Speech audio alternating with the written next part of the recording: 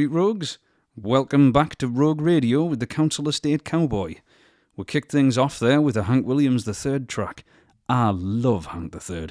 He didn't just sit back and rest on his laurels and trade on his own lineage. He's made a diverse catalogue of music and flown in the face of the establishment, which, as you might imagine, is something that I love. Oh boy, here I go killing again.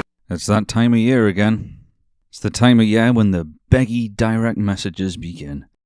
This year, it's even more demeaning. People are publicly begging to be entered into a popularity contest. It's not even just the standard cavalcade of clowns either. There's some respectable artists doing this too. Most people probably know this, but I find award ceremonies canny vulgar.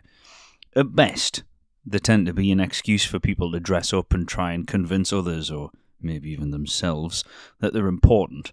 And at worst, they're a clandestine marketing vehicle to promote a small group of people. Seeing the people begging for a BCMA nomination this year just makes me sad. How man? Have more self-belief and back yourself and back your work more. You don't need to beg to people to nominate you to be validated by pointless self-serving institutions.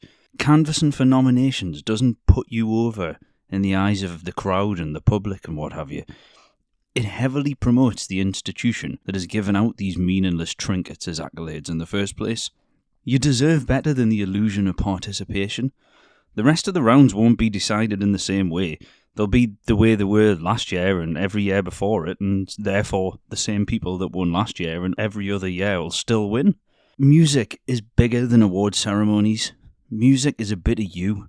It's pricelessly valuable. Some shiny plaque and a pat on the back's just not what it's about, especially not if you have to beg people to even be considered for this pat on the back. Popularity contests, that's not what music is. It's not a competition. It's art and it's storytelling. The real reward is touching people and enriching their lives. It shouldn't just be a way of you showing off or an ego stroker. And I don't mean like you have to be an outlaw or a rogue or whatever to buck the status quo. I mean, God, if you're begging to be nominated for this, you're begging to be in the same company as people who play status quo at country gigs. That's it.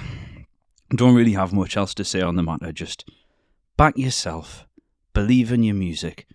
Don't seek validation. Just believe in who you are and how good your music is. The talent will shine through.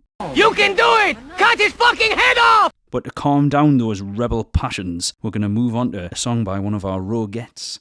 This is the Whippoorwill song by Kadie Meadows. Kadie Meadows, if you're not familiar yet, and you bloody should be, is a delightful Appalachian singer-songwriter from southeastern Ohio, and she makes music with a lot of heart. I've been looking forward to her debut album for ages, and it really didn't disappoint. I saw the kind of embryonic stages a few years ago of what she was creating, and the finished product is spectacular. It's called Memory Lane, and if you haven't already got yourself a copy, head on over to our Facebook and get one.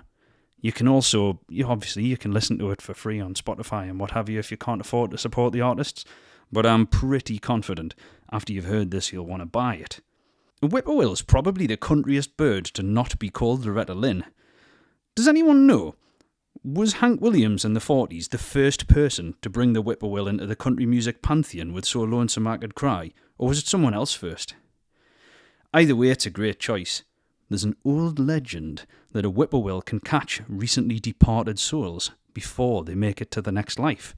Now, if you've heard the Mike West album, The Next Life, you will definitely want your soul to be caught before you have to hear it, so it's probably a blessing. This is a big part of the plot of the Dunwich Horror by Lovecraft. And by this, I should specify, I mean whippoorwills taking your soul, not listening to Mike West's awful music. That'd be way too scary.